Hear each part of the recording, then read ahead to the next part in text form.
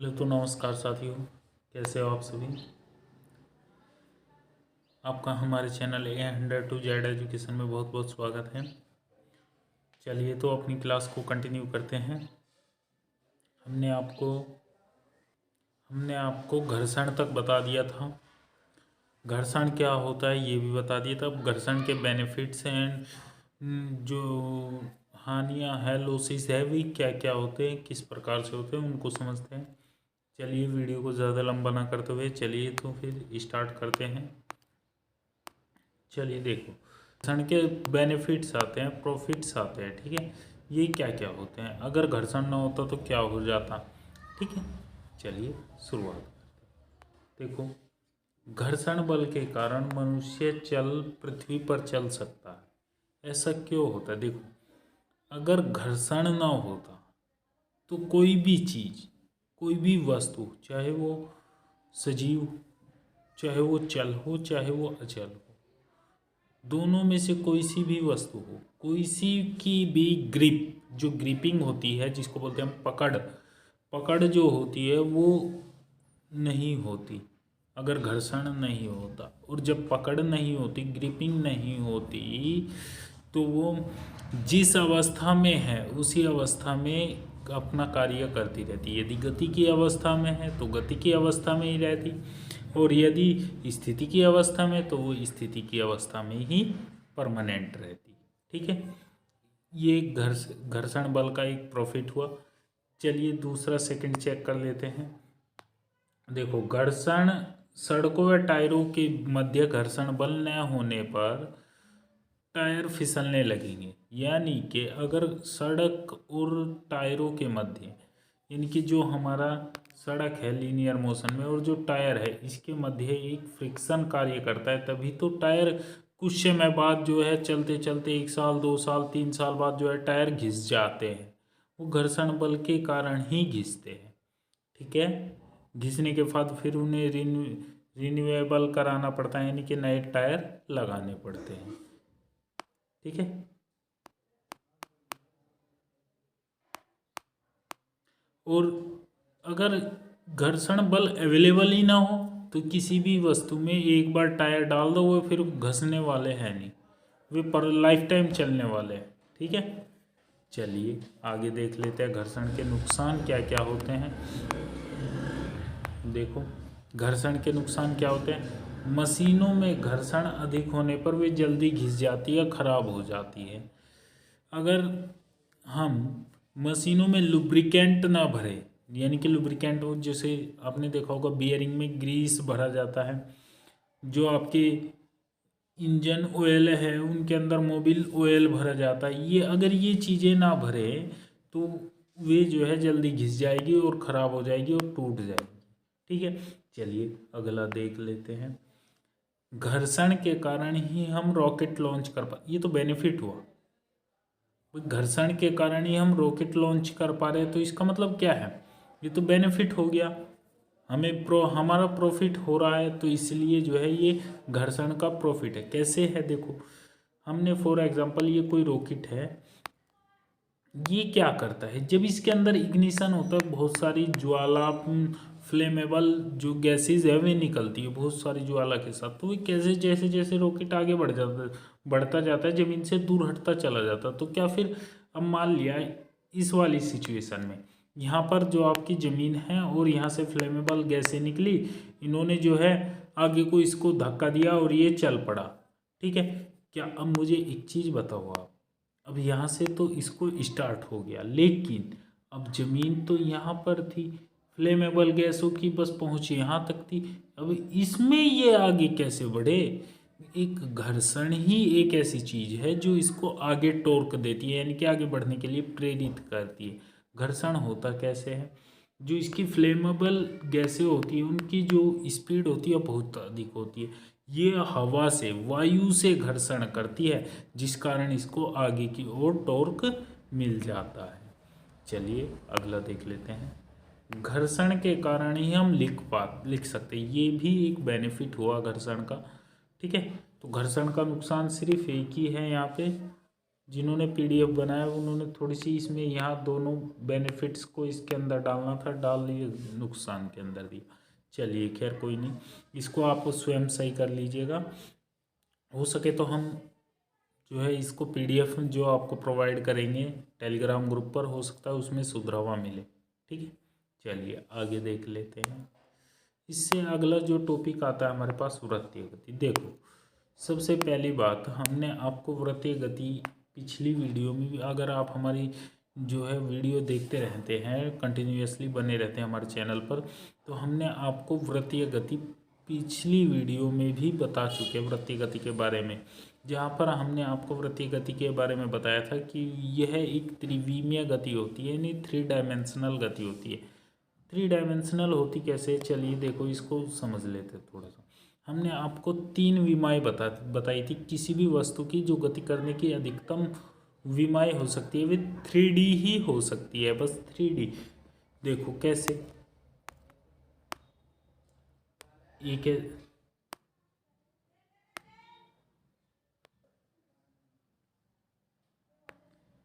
ये विमाएँ बताई थी।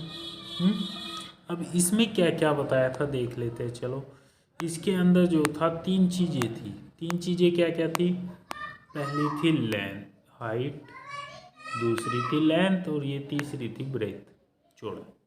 ठीक है, अच्छा इसका जो वृत्तीय गति होती है इसको त्रिविमीय गति के अंदर ही क्यों रखा गया है वो समझते हैं। जरा देखो फॉर एग्जांपल, ये इसका सेंटर पॉइंट है यहाँ पे। ठीक है, यहाँ से कोई कण ऐसे बंधा हुआ है और वो मूव कर रहा है, गति कर रहा है ऐसे सर्किल मोशन में।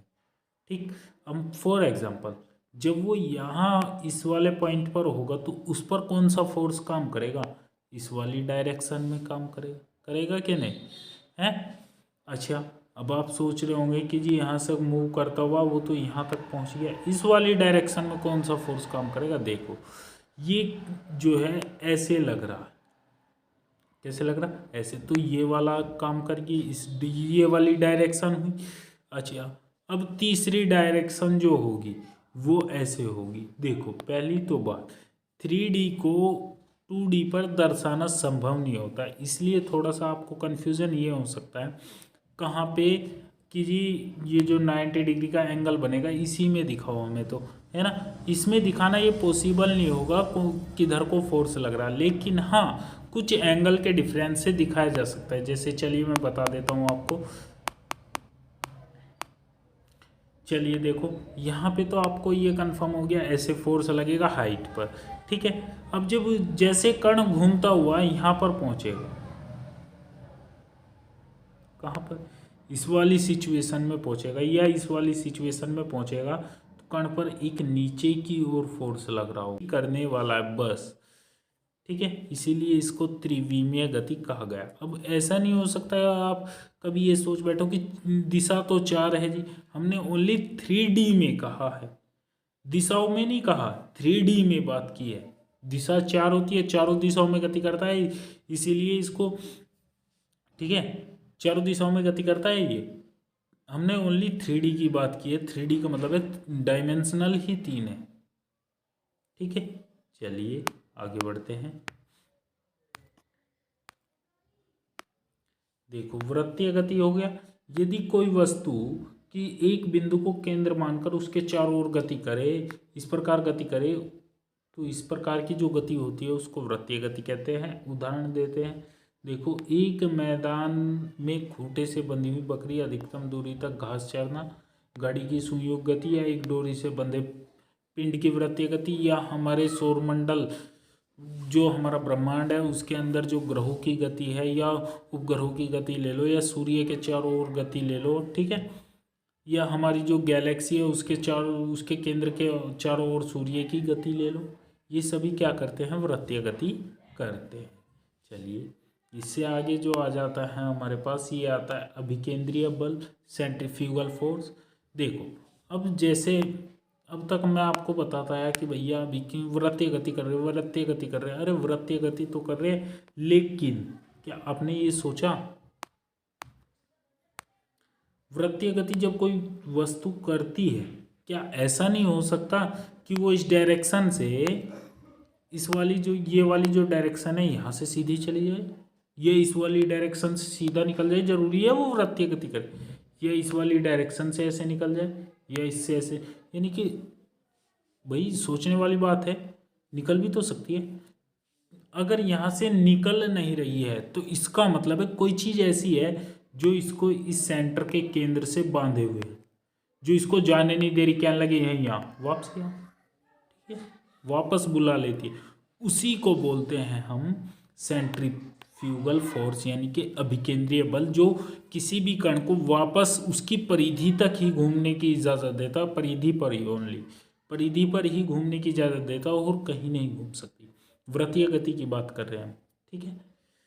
चलिए, तो अभिकेंद्रीय बल पता लग गया, वह बल जो किसी भी कण को उसके केंद्र की ओर आकर्षित करे रखता है, यानी कि आकर्षित किए रहता है, इधर को ही जो है आकर्षित को, चाहे कोई सी भी डायरेक्शन हो इसकी, चाहे कोई सी भी डायमेंशन हो, उसको केंद्र की ओर ही आकर्षित करे रखेगा, उसको ही हम अभिकेंद्रीय बल कहते हैं।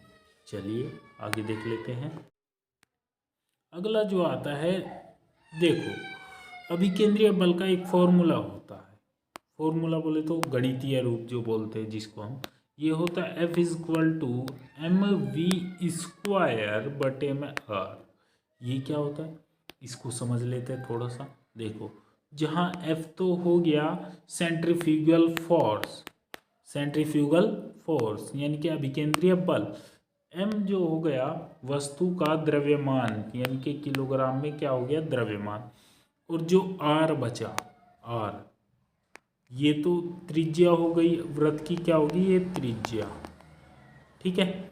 अच्छा, जो v बचा ये हो गया आपके पास वेलोसिटी, अर्थात क्या वेग, ये हो गया वेग, ठीक है। बात समझ में आई। F = mv²/r। यहाँ देखो, यहाँ भी थोड़ी मिस्टेक है, यहाँ इन्होंने m छोड़ रखा है, इसको आप सही कर लीजिएगा वरना हम तो करा ही देंगे। चलिए देखो PDF में हो जाएगा। चलो अगला देखते हैं, इसके उदाहरण क्या क्या होते। देखो, कार बस, कार हो या बस हो के मोड़ पर मुड़ते समय उन्हें अभिकेंद्रीय बल उनके टायरों, मुड़ते समय उन्हें अभिकेंद्रीय बल उनके टायरों व सड़क के मध्य लगने वाले घर्षण बल से प्राप्त होता है। चलिए देखो, इसमें भी थोड़ा सा हम आपको बताना चाहेंगे। देखो होता क्या है, देखो कार बस के मोड़ पर मुड़ते समय उन्हें अभिकेंद्रीय बल उनके सड़क के मध्य लगने वाले घर्षण बल से प्राप्त होता है। उनके टायरों सड़क के मध्य घर्षण बल जो लगेगा उससे ही तो प्राप्त होगा। अच्छा, आपने देखा होगा, अब मान लिया थोड़ा तो भाई यहाँ से प्राप्त हो गया, आपने एक चीज़ और देखी होगी, एक चीज़ नोटिस की होगी, जो रेलवे लाइन्स है, चाहे वो हाईवे, चाहे आपका हाईवे हो चाहे रेलवे लाइन हो, तो इनको मोड़ पर कैसे रखा जाता है। मान लिए ये कोई हाईवे है या रेलवे लाइन है, इसकी दो साइडें होगी, एक राइट वाली एक लेफ्ट वाली होगी कि नहीं। अब ये टर्न जो लग रहा है वो लग रहा है लेफ्ट साइड को, लेफ्ट साइड की ओर लग रहा है। तो आपने देखा होगा जिस साइड को टर्न लगता है वो साइड नीची रहती है, किसकी अपेक्षा, जो हमारी सड़क है या रेलवे लाइन है उसके सेंटर की अपेक्षा जिस साइड को टर्न लग रहा है उसके अपोजिट यानी कि विपरीत वाली साइड, जैसे यहाँ पे देखो ये राइट वाली साइड ऊंची रहती है। ऐसा क्यों, ताकि उसको जो है मेंटेन करने के लिए अभी आवश्यक जितना अभिकेंद्रीय बल चाहिए उसको वो मिल जाए और वो पलटे ना, ठीक है। कोई दिक्कत। चलिए देखो, इससे आगे देख लेते हैं। अब हम बात कर रहे थे भाई इसमें, जो ये था हमारा डायग्राम, इसमें होता क्या है, जब जिसको पलटने के लिए आवश्यक अभिकेंद्रीय बल मिल गया, चलो ये तो हमने अभिकेंद्रीय बल इसको दिला दिया कि भैया ले तू मुड़ जा, लेकिन अब इमेजिन करते हैं अगर अभिकेंद्रीय बल ना मिलता तो क्या होता, अभिकेंद्रीय बल ना मिलता तो क्या होता, देख लेते हैं उस कंडीशन को भी। अभी इधर से मान लिया कोई वस्तु जा रही थी, अब जैसे जैसे ये टर्न लेना शुरू करेगी, अब इसका भी हिस्से दो होते, एक तो वो जो सड़क के संपर्क में चल रहा है, दूसरा वो जो इसके ऊपर जो चल रहा है, ठीक है, ऊपर जो डिब्बा होता है, मतलब एक तरीके से डिब्बा ही ले लो, ठीक है, वो चल रहा है, उसको ले लेते हैं। अब नीचे का तो तुरंत जो है गति की अवस्था में आ जाता है, तुरंत जो है वर्क कर लेता है, ठीक है। लेकिन ऊपरी जो हिस्सा होता है वो तो एकदम गति नहीं कर पाता ना। एकदम गति ना करने की वजह से उसमें क्या होगा, वो तो फोर्स सीधी डायरेक्शन में ही लगाएगा। अब सीधी डायरेक्शन में लगाएगा तो वाहन के साथ दुर्घटना हो जाएगी। क्यों? क्योंकि नीचे का हिस्सा तो इस साइड गतिमान हो गया, लेकिन ऊपरी हिस्सा तो अभी भी इस साइड ही गतिमान है, जिस वजह से जो है एक ही वाहन पर दो बल कार्य करेंगे। नीचे की ओर ये वाला बल इधर साइड इस वाली डायरेक्शन में, और जो ऊपरी हिस्से पर कार्य करेगा इस वाली में। इस स्थिति में वाहन जो है दुर्घटनाग्रस्त हो जाएगा, ठीक है। चलिए आगे देख लेते हैं। इसी चीज़ से बचने के लिए, और हाँ, इसी चीज़ से बचने के लिए क्या किया जाता है, इन सड़कों को जो है एक साइड ऊंची कर दी जाती है, एक साइड नीची कर दी जाती है, ताकि जितना आवश्यक अभिकेंद्रीय बल हो उन्हें मिल जाए, और साथ ही साथ जो ऊपरी हिस्सा है वो पहले से ही जो है इस डायरेक्शन में अपना गतिमान होने के लिए रेडी हो।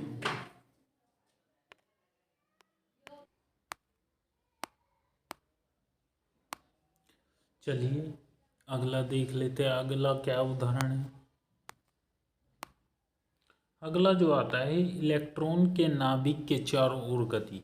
देखो, इलेक्ट्रॉन के नाभिक के चारों ओर गति, सबसे पहले आपको ये पता करना होगा इलेक्ट्रॉन क्या है, नाभिक क्या है, ये क्या होते हैं। देखो, ये जो है पूरा, इस पूरे का नाम, जिसके अंदर इलेक्ट्रॉन भी होता है नाभिक भी होता है, उसको बोला जाता है परमाणु, ठीक है। क्या बोला जाता है? परमाणु, यानी कि एटम। इसकी संरचना कैसी होती है, थोड़ा सा डिफाइन कर देते हैं। देखो,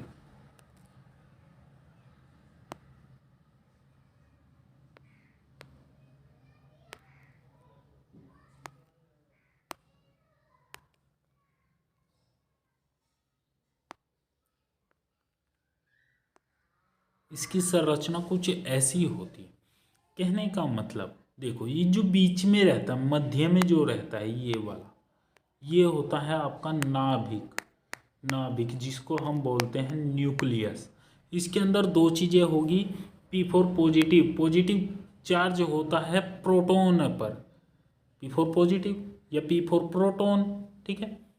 N4 होता है न्यूट्रलाइज, जिस पर कोई चार्ज ही ना हो, या N4 होता है न्यूट्रॉन, जिस पर कोई चार्ज ही ना हो। देखो, हम जानते हैं चार्ज दो तरीके का होता है, एक होता है पॉजिटिव, एक होता है नेगेटिव।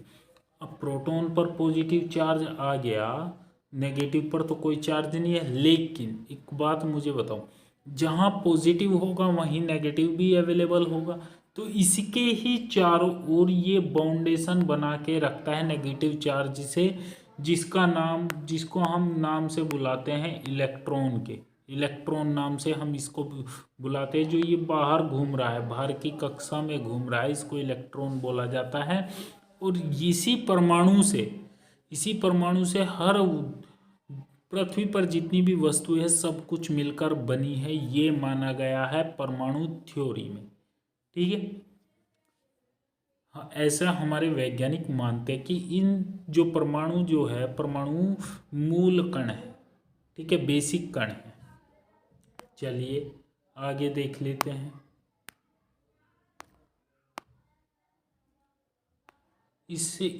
देखो, सॉरी, इससे अगला जो आता है, टायरों पर मरगाड़ लगाए जाते हैं। जो टायर होते हैं, आपने देखा होगा साइकिल पर मरगाड़ रहता है, ट्रैक्टरों पर अगले जो पहिए होते हैं उन पर भी मरगाड़ रहते हैं, पिछले टायरों पर भी मरगाड़ रहते हैं। ऐसे जो है टायरों पर मरगाड़ लगाए जाते हैं। क्यों लगाए जाते हैं वे देखो, अब फॉर एग्जांपल टायर किसी कीचड़ से निकला है, तो वो क्या होगा, उस पर कीचड़ चिपका हुआ होगा। अब देखो, हमने आपको बताया F= होता है mv²/r। ये किस चीज़ पर डिपेंड कर रहा है? पहला तो द्रव्यमान पर डिपेंड कर रहा है, यानी कि जो हमारा F है वो प्रोपोर्शनली है m के, यानी कि जितना ज़्यादा द्रव्यमान होगा, द्रव्यमान पर डिपेंड कर रहा है, ठीक है, जितना ज़्यादा द्रव्यमान होगा।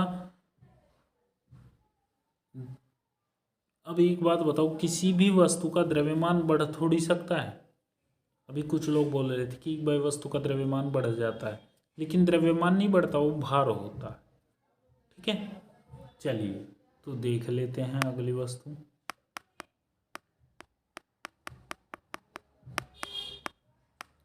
तो हम बता रहे थे F = mv² है ना। तो देखो इसमें क्या होता है, ये द्रव्यमान पर डिपेंड करता है, दूसरा वेग पर भी डिपेंड करता है, जो वस्तु वेग कर रही है। अब एक बात मुझे बताओ आप, अब जैसे जैसे आप स्पीड बढ़ाते हो किसी भी चीज़ की, वो अगर उसका टायर कीचड़ में बना हुआ है तो उससे क्या होता है, कीचड़ इस वाली लीनियर मोशन में आ जाता है। कौन सी मोशन में आ जाता है, लीनियर मोशन में, सर्कुलर मोशन में नहीं रहता, लीनियर मोशन में आ जाता है। ये जो लीनियर मोशन होती है ये तब होती है जब इसका जो पकड़ है सेंटर के प्रति वो ख़त्म हो जाती है, नष्ट हो जाती है। ये लीनियर मोशन में तब आता है। तो अगर कोई कहने लगे यदि कोई वस्तु या कोई किसी पिंड को हम किसी धागे से बांधकर वृत्तीय गति में घुमा रहे हैं, ठीक है, और उसको अचानक से छोड़ दे तो वो कैसी गति करता है, लीनियर मोशन करता है, यानी कि सीधी रेखा में आगे भागता है। ये रियल लाइफ में भी है। ठीक है, अब इसी कीचड़ से बचने के लिए, लीनियर मोशन गति से बचने के लिए टायरों पर मरगाड़ लगाए जाते हैं। चलिए अगला एग्जाम्पल चेक कर लेते हैं। देखो सूर्य के चारों ओर ग्रहों की गति है ना, मैं आपको पीछे भी बता चुका हूँ, सूर्य की जब वृत्तीय गति बता रहा था, सूर्य के चारों ओर ग्रहों की गति या ग्रहों के चारों ओर उपग्रहों की गति, या जो है हमारी गैलेक्सी जो है गैलेक्सी के केंद्रक के चारों ओर सूर्य की गति, ये सब क्या है, वृत्तीय गति तो कर रहे हैं। तो चलिए, तो इसके चारों, इस पर भी सूर्य से देखो, एक बात मुझे बतानी थी, जो हमारा सन है, सूर्य है, इसके चारों ओर अर्थ भी है, मंगल भी है, बृहस्पति भी है, बुध भी है, शुक्र भी है। ठीक है, तो ये सब इसकी कक्षा छोड़कर भाग क्यों नहीं जाते, लीनियर मोशन में क्यों नहीं आ जाते कि भैया हम तो चले तेरे से दूर। ऐसा क्यों है, क्योंकि सन का जो अभिकेंद्रीय बल है वो मजबूत है, यानी कि जो ग्रेविटेशनल फोर्स है वो मजबूत है, इसको जो है बांध के रखा है। क्या लगा, नहीं अभिकेंद्रीय बल लग रहा है तो बांध के रखेंगे। चलिए अगला टॉपिक देख लेते हैं। इससे आगे आता है बल आघूर्ण। देखो बल आघूर्ण क्या होता है, पहली तो बात, बल आघूर्ण ये टो पर डिपेंड करता है, वो सॉरी टो पर डिपेंड नहीं करता, टो से इसे दिखाते हैं, इसको बोला जाता है टो। ये बराबर होता है F/R, यानी कि बल गुणा दूरी। देखो अब टोर्क, अभी मैं आपको बता रहा था वृत्तीय गति, वृत्तीय गति के अंदर क्या था, वो भी त्रिज्या पर डिपेंड थी, ये भी R पर डिपेंड है। ठीक है, टोर्क क्या होता है, देखो किसी पिंड पर लगने वाला बल तथा उस पिंड से बल तक की दूरी, पिंड से बल तक की दूरी के गुणनफल को ही हम आघूर्ण कहते हैं। ये क्या होता है, ये किसी भी वस्तु को में टॉर्क जब पैदा होगा तो इसका मतलब है वो वस्तु गति की अवस्था में अवेलेबल हो गई। टॉर्क का मतलब ये होता है उस वस्तु पर बल लग रहा है, और कितना लग रहा है, अगर बल लग रहा है तो वो या तो गति की अवस्था में होगी या स्थिति की अवस्था में। अब जब बाहर से हम किसी पर पुश करते हैं तो वो गति की अवस्था में हो गई। ठीक है, बाहर से पुश करने पर गति की अवस्था में आ जाती है। अच्छा देखो आगे देख लेते हैं। इससे अगला जो आता है, इसके उदाहरण आते हैं, बल आघूर्ण के उदाहरण क्या क्या होते हैं। देखो घरों में गेहूं पीसने का जो जाता होता है उसका हत्था केंद्रक से दूर लगाया जाता है, ऐसा क्यों, इसको समझते हैं, ताकि घूमने वाले तो बल कम लगाना पड़े। कैसे भाई, देखो जो टो की वैल्यू है ये दो चीज़ों पर डिपेंड कर रही है। टो बराबर होता है F/R, होता है कि नहीं है। अब हमने बल की बात की है, अब हम यहाँ से अगर निकाले भाई, टो जो हो गया प्रोपोर्शनली हो गया F के, और जो टो एक प्रोपोर्शनली हो गया R के, हो गया कि नहीं, यानी कि जितना टो अधिक होगा, टॉर्क अधिक होगा, उतना ही बल ज़्यादा लग रहा होगा, और जितना टॉर्क अधिक होगा उतनी ही त्रिज्या भी अधिक होगी। यही तो मतलब है इसका। चलिए अब आगे समझते हैं कि ये कैसे कम बल कम लगे और जो है केंद्रक से दूर लगाया जाए। अब यहाँ से एक रिलेशन और बनता है, वो बनता है ये वाला, कि जो हमारे पास F बराबर टो बराबर F इंटू आर है। अब देखो तो F, चलिए तो देख लेते हैं। तो देखो हम बता रहे थे F जो होता है वो प्रोपोर्शनल इनवर्स प्रोपोर्शनली होता है आर के, ठीक है। इनवर्स प्रोपोर्शनली किसके होता है, आर के। जब ये इनवर्स प्रोपोर्शनली है तो आप मुझे एक चीज़ बताओ, इसकी वैल्यू जितनी ज़्यादा होगी इसकी तो वैल्यू उतनी ही कम होगी कि नहीं, क्योंकि कोई भी चीज़ हो जो इनवर्स प्रोपोर्शनली रहती है, अगर उसमें एक की वैल्यू अधिक है तो दूसरे की वैल्यू को कम रहना पड़ता है, ठीक है। चलिए अब देखो इसी वजह से जितनी त्रिज्या अधिक होगी भाई केंद्रक से दूर लगाया जाता है, तो जाहिर सी बात है त्रिज्या अधिक होने वाली है। चलिए देखिए साथियों, हमने आपको बता दिया था जो ये F होता है, जो ये F होता है वो त्रिज्या के इनवर्स प्रोपोर्शनली रहता है, व्युत्त कर्मानुपाती रहता है। कहने का मतलब सीधा सा इतना है, अगर इसकी वैल्यू ज़्यादा है तो इसकी वैल्यू ऑटोमेटिक थोड़ी हो जाएगी, ठीक है। जो भी चीज़ व्युत्त कर्मानुपाती रहती है उसमें ऐसे ही रहता है, अगर एक चीज़ अधिक है तो दूसरी कम हो जाती है। अब देखो यहाँ गेहूं पीसने का जो जत्था होता है उसका केंद्रक से दूर लगाया जाता है ताकि त्रिज्या अधिक हो, और त्रिज्या अधिक होगी तो बल क्या लगेगा, कम ऑटोमेटिक लगेगा। यही होता है कुम्हार के चाक में घुमाने के लिए जो लकड़ी का फंसाने का जो गड्ढा होता है वो केंद्रक से दूर लेकिन पास बनाया जाता है। अब ऐसा भी ना कर देना कि जो आप परिधि पे लगा दो, ठीक है। देखो हैंडपंप का जो हत्था होता है वो लंबा होता है, क्या होता है, लंबा होता है, ठीक है। इससे आगे देख लेते हैं, इससे आगे जो आपके आ जाते हैं ये आ जाते हैं उत्तोलक। उत्तोलक कई प्रकार के होते हैं। सबसे पहले उत्तोलक होता क्या है, देखो उत्तोलक वह मशीन है जिसमें जो है कम कार्य करके, क्योंकि भाई हमें फोर्स कम लगाना है तो फोर्स कम लगा के अधिक कार्य मिल सके, अधिक कार्य मिल सके, वही उत्तोलक कहलाता है। उत्तोलक होते हैं तीन प्रकार के, प्रथम श्रेणी, द्वितीय श्रेणी, तृतीय श्रेणी, जिनका जिक्र हम आगे आने वाली वीडियो में आपसे करेंगे। तो वीडियो को ज़्यादा लंबी ना करते हुए ख़त्म करते हैं, और चैनल को सब्सक्राइब करें, वीडियो को लाइक करें, शेयर करें।